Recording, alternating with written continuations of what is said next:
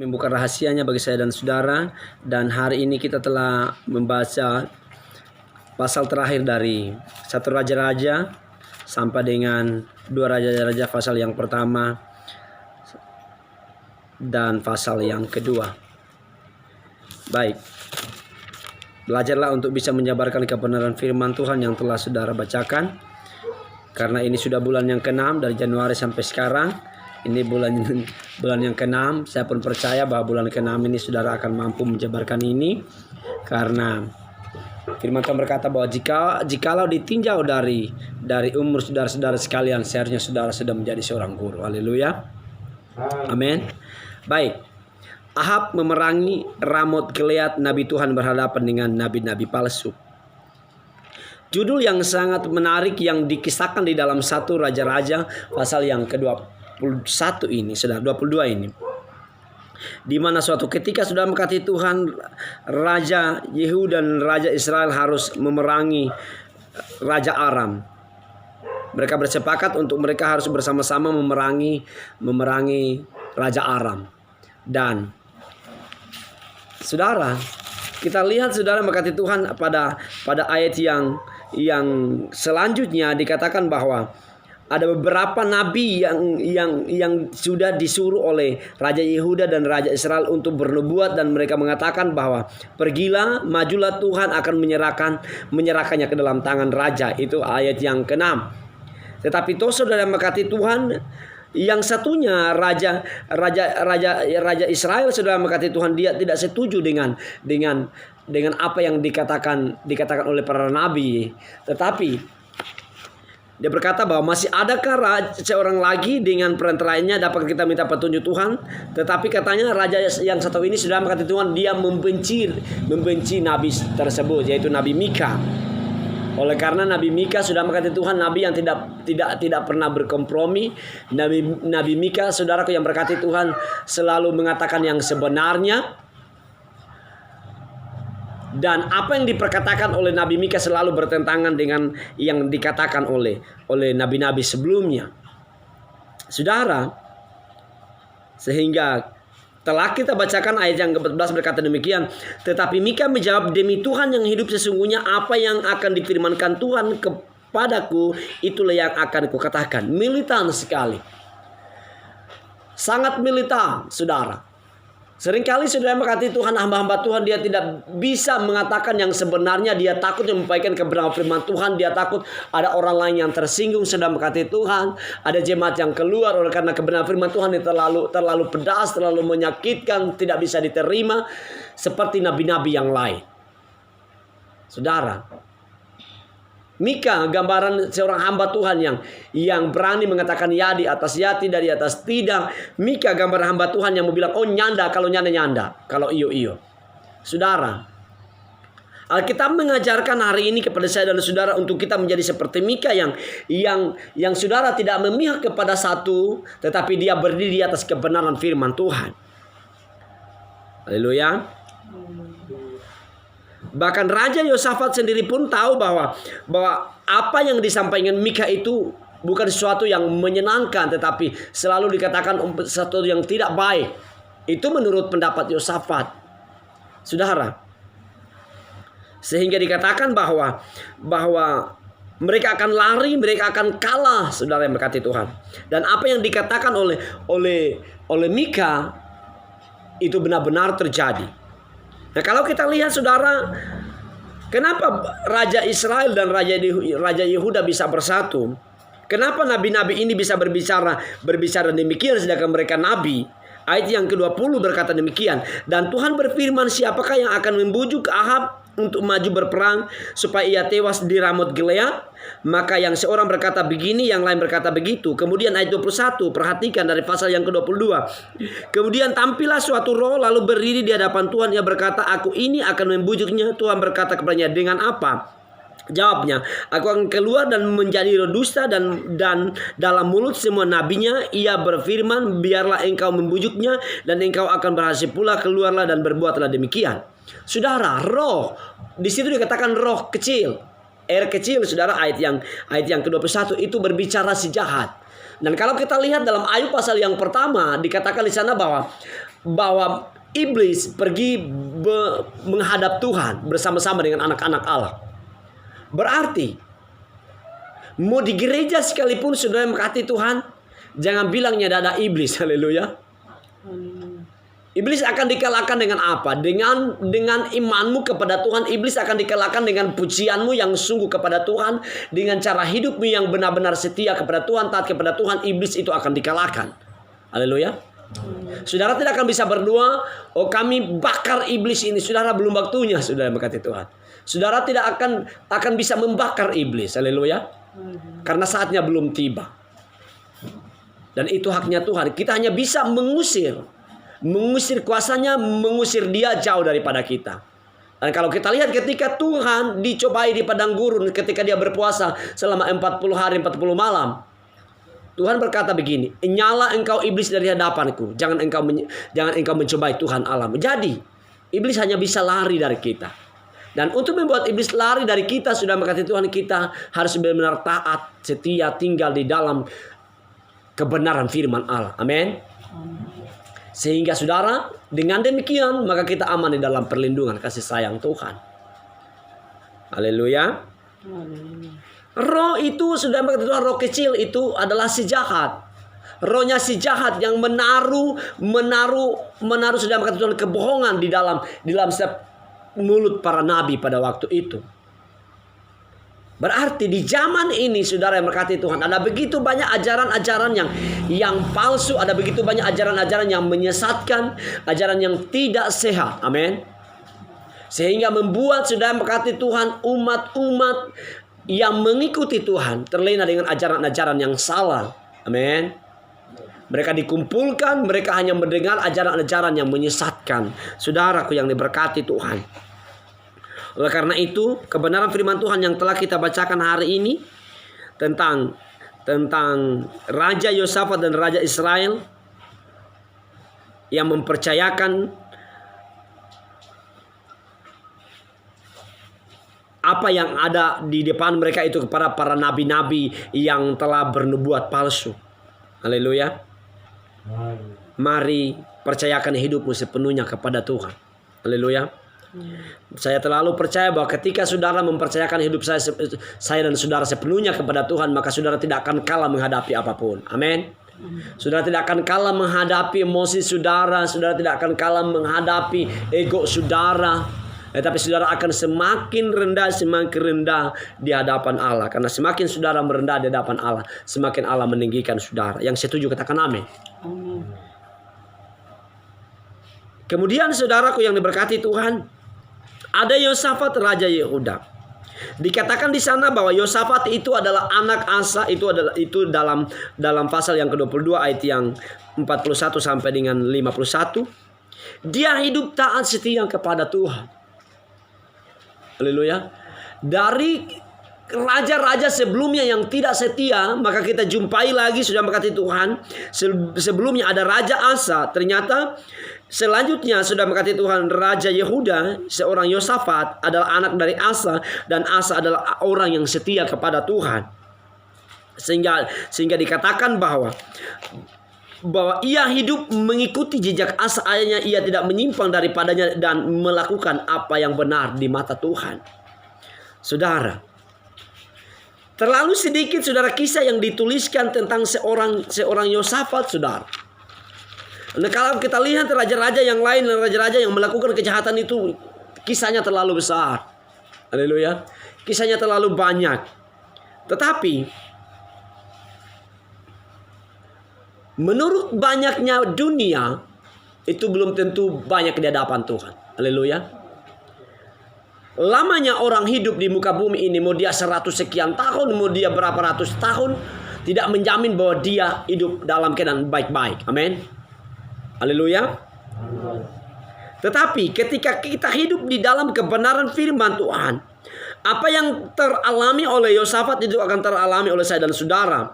Karena ayat 45 berkata demikian, dan Yosafat hidup dalam damai. Orang yang hidup di dalam kebenaran firman Tuhan, orang yang hidup mentaati kebenaran firman Tuhan, maka dia akan hidup di dalam damai. Apapun yang ada di depan dia, apapun yang ada yang menjadi tantangan, apapun yang menjadi pergumulan, dia akan terus hidup damai. Dan orang yang memiliki damai itu adalah orang yang hidup di dalam kebenaran firman Tuhan itu sendiri. Haleluya. Amin, saudara. Jadi, damai dikatakan dalam kebenaran firman Tuhan. Orang yang memiliki damai sejahtera adalah orang yang hidup di dalam kebenaran firman Tuhan itu sendiri. Haleluya. Saudara yang berkati Tuhan, kemudian ada Ahazia Raja Israel. Ini saya selesai dengan pasal yang terakhir di satu raja-raja ini. Ahazia anak Ahab menjadi raja atas Israel di Samaria, dan tahun ke-17 zaman Yosafat Raja Yehuda. Ia memerintah atas Israel 2 tahun lamanya. Ia melakukan apa yang jahat di mata Tuhan. Yang dilakukan oleh saudara kata Tuhan Ahazia itu sama dengan Ahab. Itu sama dengan perbuatan Ahab yang menyakiti hati Tuhan, sehingga membuat bangsa Israel kembali menyembah Baal, membuat bangsa Israel kembali menyakiti Tuhan, dan membuat bangsa Israel itu semakin ditindas. Ketidaktaatan, ketidaksetiaan itu akan mendatangkan kutuk dalam kehidupan saya dan saudara. Amen. Tetapi ketaatan, kesetiaan itu akan membawa berkat. Jangan harap saudara tidak setia, jangan harap saudara tidak taat, kemudian saudara mengharap berkat banyak. Haleluya. Saudara akan mendapat berkat sedikit dengan ketidaksetiaan saudara, ketidaktaatan saudara di hadapan Tuhan. Tetapi kesetiaan dan ketaatan saudara lah yang akan menghadirkan berkat itu datang dalam kehidupan saya dan saudara, berikan kemuliaan bagi Allah kita. Haleluya. Jadi saudaraku yang diberkati oleh Tuhan Yesus Kristus, dari pasal yang terakhir ini ada yang setia, ada yang tidak setia. Pilihan ada di tangan saya dan saudara. Apakah saudara seperti Raja Asa yang setia, seperti Yosafat yang setia, ataukah saudara seperti Ahazia yang tidak setia? Saya percaya bahwa saudara akan seperti Yosafat dan Asa. Amin. Haleluya. Demikian saudara maka Tuhan dari pasal yang terakhir. Dari pasal yang terakhir ayat 22. Ada yang angkat kening? Haleluya. Ada yang mengangkat kening? Saya merasakan itu dalam roh saya. Pertanda bahwa tolong lanjutkan. Saudara, Nabi Elia memberitahukan kematian Ahazia. Saudara yang diberkati oleh Tuhan,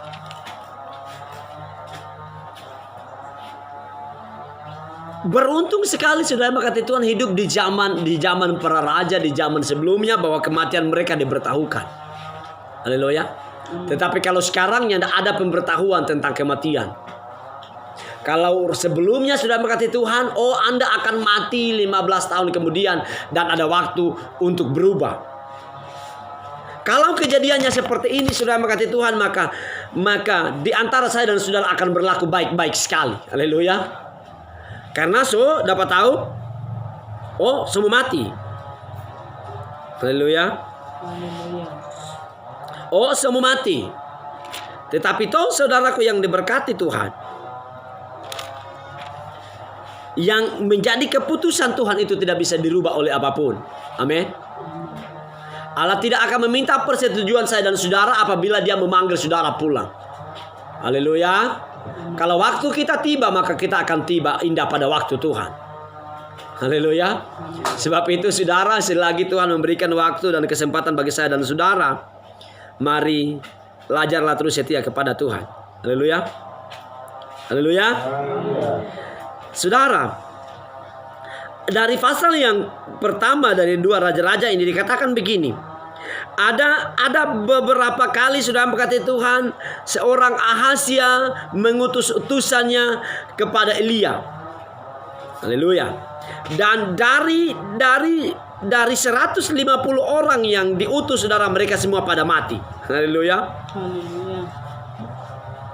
Dan itu membuat perwira yang selanjutnya yang diutus itu sudah berkata Tuhan menjadi takut. Tetapi toh saudara berkati Tuhan, dari puluhan perwira yang diutus sebelumnya, mereka berlaku congkak. Karena kata-katanya begini, hai abdi Allah, raja bertitah, turunlah. Kasar sekali saudara berkati Tuhan. Haleluya. Kasar sekali saudara yang berkati Tuhan. Elia langsung menjawab, jika aku abdi Allah, biarlah turun dari api dari langit. Haleluya, langsung terbakar. Elia balas dengan begitu lagi, saudara kekasih Tuhan. Jadi kecongkakan tidak akan membawa hasil yang baik dalam kehidupan saya dan saudara. Tetapi kecongkakan, ketamakan, kesombongan, keegoisan itu akan membuat kebinasaan. Haleluya. Amin. Kalau kita perhatikan ayat yang ke-13, lihat seorang perwira yang lain. Kemudian raja menyuruh pula seorang perwira yang ketiga dengan ke-50 anak buahnya. Lalu naiklah perwira yang ketiga itu.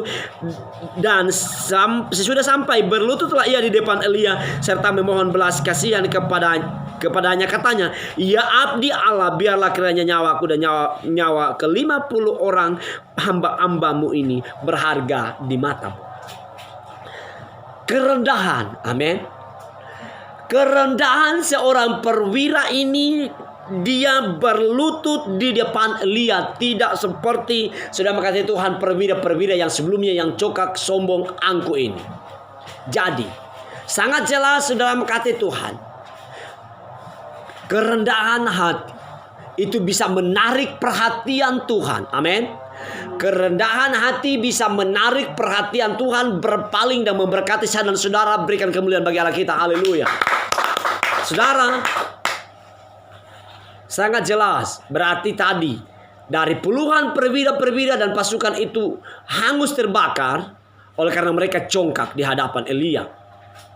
Amin. Haleluya. Congkak, tak salah sadiki, langsung meraju. Saudara mengatakan itu congkak. Amin. Kencongkakan hati, saudara. Tinggi hati bukan berarti dia pesombong mau baca cerita, oh kita banyak doi. Tinggi hati pun ketika ada ditegur kongnya tidak bisa terima, kong dia meraju, itu tinggi hati, saudara. Tinggi hati bukan nanti membaca cerita tinggi-tinggi, tetapi tinggi hati apabila dia ditegur, kong dia tidak terima, kong dia berontak, dia meraju dan sebagainya, itu tinggi hati. Haleluya. Kalau orang yang rendah hati dengar firman Tuhan, dia selalu katakan amin dan tidak mau meraju. Haleluya. Dia akan seperti perwira yang berikut ini, datang berlutut dan memohon belas kasihan Elia. Saudara, mari seperti pribadi ini. Walaupun dalam keadaan dia berpangkat tinggi, saudara, tetapi dia berlutut di depan Elia dan memohon belas kasihan Elia. Mari dalam keadaan apapun saudara dan saya, mari merendah di hadapan Tuhan. Rendahkan dirimu serendah-rendahnya di hadapan Tuhan. Berlutut saudara bagi Tuhan adalah sikap seorang berdoa, sikap seorang memohon. Dalam pergumulanmu, dalam kesulitanmu, dalam susahmu, berlutut engkau di hadapan Tuhan. Amin. Haleluya. Karena dari puluhan perwira sebelumnya mereka mengandalkan kekuatan mereka mengandalkan kekuasaan mereka. Tetapi perwira yang selanjutnya dia menggunakan lututnya memohon belas kasihan Elia. Engkau tidak akan mampu, sudah berkata Tuhan, engkau tidak akan kuat menyelesaikan pergumulanmu, masalahmu jika dengan kekuatanmu. Amin. Engkau akan mampu menyelesaikan pergumulanmu, saudara, berkata Tuhan, masalahmu ketika engkau merendahkan diri di hadapan Tuhan. Amin. Haleluya. Saudara, maka dikatakan ayat selanjutnya berkata demikian, ayat 15, maka berfirmanlah malaikat Tuhan kepada Elia, turunlah bersama-sama dengan dia, janganlah takut kepadanya. Lalu bangunlah Elia dan turun bersama-sama dengan dia. Elia walaupun penuh dengan kuasa, tetapi sudah berkata Tuhan, dia tidak melakukan segala sesuatu sesuai dengan kehendak Elia. Tetapi Elia melakukan segala sesuatu, saudara, yang berkati Tuhan sesuai dengan ketentuan Tuhan. Seberapa kali saudara, ketika saudara dalam tekanan, ketika saudara dalam masalah, dalam ketakutan, seakan-akan saudara mengambil keputusan sendiri. Haleluya. Elia dalam keadaan takut. Saya percaya, saya sangat yakin bahwa Elia juga takut menghadapi perwira ini secara manusia. Haleluya. Itulah sebabnya sudah berkati Tuhan, Elia memilih bertahan, menunggu apa yang disampaikan Tuhan kepada dia. Mari bertahan, menanti apa yang akan Tuhan kerjakan di dalam hidupmu. Amin. Haleluya. Sehingga ketika kita melangkah di dalam ketentuan Tuhan, kita tidak akan pernah salah. Amin. Haleluya. Kita tidak akan pernah salah, saudara. dan keputusan Tuhan, saya mau katakan kepada saya dan saudara, itu tidak memerlukan persetujuan saya dan saudara. Amin. Tetapi dengan kerendahan hati saya dan saudara, itu akan mengubah Allah memberkati saya dan saudara. Dengan ketaatan saya dan saudara, kesetiaan saya dan saudara, itu akan mengubah Tuhan memberkati saya dan saudara. Kemudian saudaraku yang berkati Tuhan, ayat yang pasal yang kedua dibacakan oleh Ibu Taman Sapetunau, Elia naik ke surga. Dalam kisah ini saudara yang berkati Tuhan, sudah dikatakan kepada Elisa, seorang yang melayani Elia, bahwa Elia harus naik ke surga. Dan dikatakan pula oleh rombongan para nabi-nabi bahwa Elia akan naik ke surga. Maka dikatakan ayat yang kedua, berkatalah Elia kepada Elisa, baiklah tinggal di sini sebab Tuhan menyuruh aku ke Betel. Tetapi Elisa menjawab, demi Tuhan yang hidup dan demi hidupmu sendiri, sesungguhnya aku tidak akan meninggalkan engkau. Lalu pergilah mereka ke Betel. Sampai 3 kali saudaraku yang diberkati Tuhan, dari ayat yang kedua, ayat yang keempat, ayat yang keenam, saudara, sampai ketiga kali Elia meminta Elisa untuk tinggal. Dengan jawaban yang sama, saudara berkati Tuhan, baik ayat yang kedua, ayat yang keempat, ayat yang keenam, dengan jawaban yang sama, tetap Elisa berkata, demi Tuhan yang hidup dan demi hidupmu sendiri, sesungguhnya aku tidak akan meninggalkan engkau. Lalu berjalanlah keduanya. Haleluya. Seringkali dalam hidup ini sudah berkati Tuhan, engkau diperhadapkan dengan tantangan. Seringkali seakan-akan kita mau lari dari tantangan yang kita hadapi. Haleluya. Seakan-akan kita ingin pergi jauh sudah berkati Tuhan. Haleluya. Nasahe. DP bahasa keren, boring. Saudara, Elisa adalah gambaran pribadi yang taat di hadapan Allah. Elisa adalah gambaran pribadi yang bertahan dalam keadaan apapun. Walaupun berkali-kali Elia berkata, pulang jo, tinggal jo. Tetapi itu saudara, Elisa memilih tetap mengikuti Elia. Seberapa kali engkau berhadapan dengan masalah yang ada, engkau berhadapan dengan suami, engkau berhadapan dengan istri, seberapa kali keluar kata, kita semua pulang, kita semua tinggal. Haleluya. Boleh jo. Haleluya. Engkau tidak seperti Elisa yang bertahan dalam keadaan apapun. Haleluya. Kenapa saudara harus diminta Tuhan untuk bertahan? Engkau diminta Tuhan untuk bertahan, untuk engkau menerima kuasa yang lebih besar dari kuasa yang ada padamu sekarang. Amin. Kenapa Tuhan minta engkau bertahan? Supaya engkau diberikan kuasa yang lebih besar lagi untuk menaklukkan apapun yang ada di sekitar saudara. Amin. Jadi, mau dapat tegur bagaimanapun sakit, mau dapat firman bagaimanapun keras, jangan suka berdiam. Mau dapat lupa sekalipun, sudah berkata Tuhan, oh saudara tetap terima kasih Bapa. Amin. Haleluya, terima kasih Tuhan, engkau baik. Elisa sudah suruh pulang, tetapi Elisa tetap mau tinggal bersama dengan Elia. Itu pengujian kepada seorang Elisa. Apakah Elisa akan tetap mengikuti Elia sebagaimana panggilannya? Ujian ketika engkau menghadapi tantangan, menghadapi suami, menghadapi istri, anak-anak, itu ujian. Haleluya. Dan apa yang kita alami, kita lewati, ketika kita mampu melewati, saudara, saya percaya bahwa saudara akan menjadi pribadi yang kuat seperti seorang Elisa. Berikan kemuliaan bagi Tuhan. Haleluya.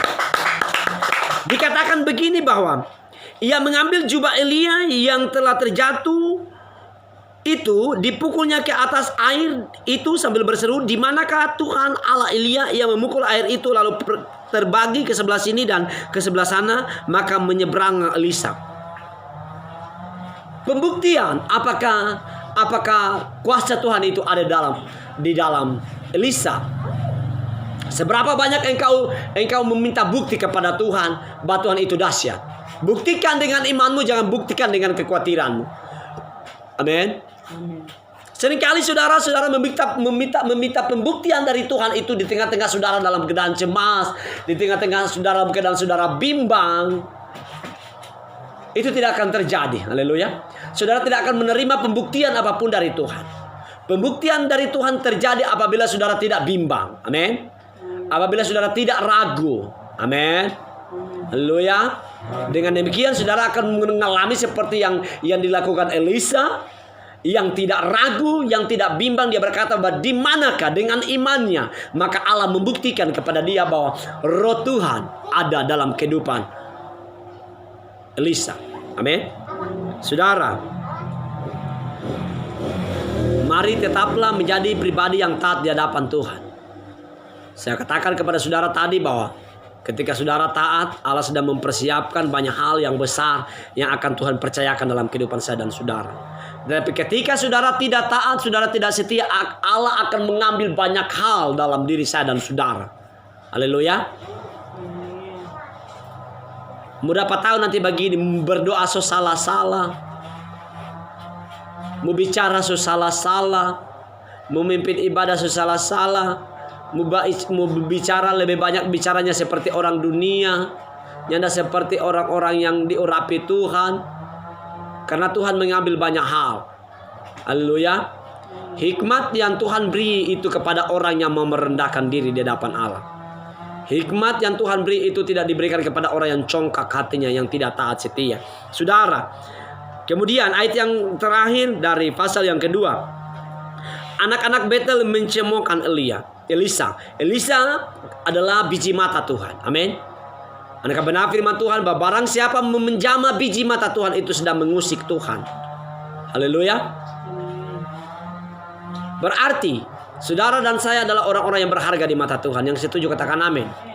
Saudara dan saya adalah orang-orang yang berharga di mata Tuhan. Sebab itu pertahankan nama Tuhan di dalam saya dan saudara.